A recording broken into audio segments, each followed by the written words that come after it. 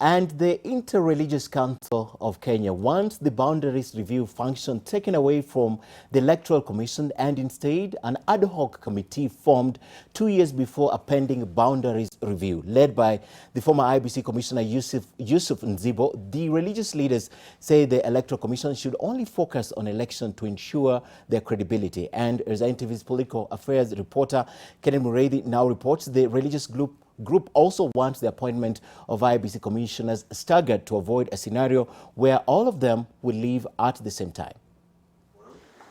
The Constitutional Implementation Oversight Committee has been meeting different stakeholders on the Independent Electoral and Boundaries Commission Amendment Bill. Allow me to request this. Today, the committee met representatives from religious groups in the country as it seeks to consolidate views and present a report to Parliament. But The Religious Council presented a raft of proposals, which it says are key in streamlining the operations of the electoral body.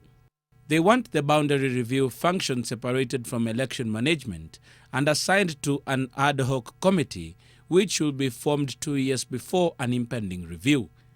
They also proposed a training institute to be set up for all IEBC staff. IEBC officials found to have presided over an election in which electoral offences were committed should also be punished. The voters' register should be cleaned up before the end of the second year after elections, and all election petitions except a presidential petition be terminated at the Court of Appeal within 6 months. They also propose that elections be staggered. They want the election of governors and MCAs to be held on a different day from that of MPs and the president. The two-thirds gender rule should be implemented through a quota system of parties and candidates participating in each general election. They also called on the president to immediately set up a selection panel to fill vacancies at the commission.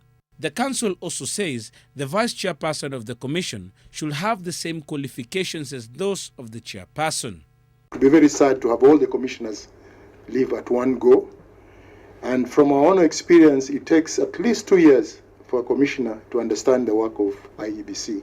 the religious sector in Kenya welcomes the opportunity to participate in the selection panels and is prepared to support and the process to ensure the process is professional and the outcome is a trusted and credible IEBC. The IEBC, their mandate is provided for in the Constitution. So if we were to take away some work like you have suggested, and for good reason, we will again have to address ourselves to an amendment to the Constitution. There are various proposals that are being made with regards to reconstituting the IEBC and also making it working as smooth as possible. But one underlying factor that is constant from all the stakeholders that are appearing before the various parliamentary committees is that this reconstitution needs to be made early so as to make sure that the Commission has adequate time to plan for the 2022 elections. Kennedy Mureithi, NTV at Parliament Buildings.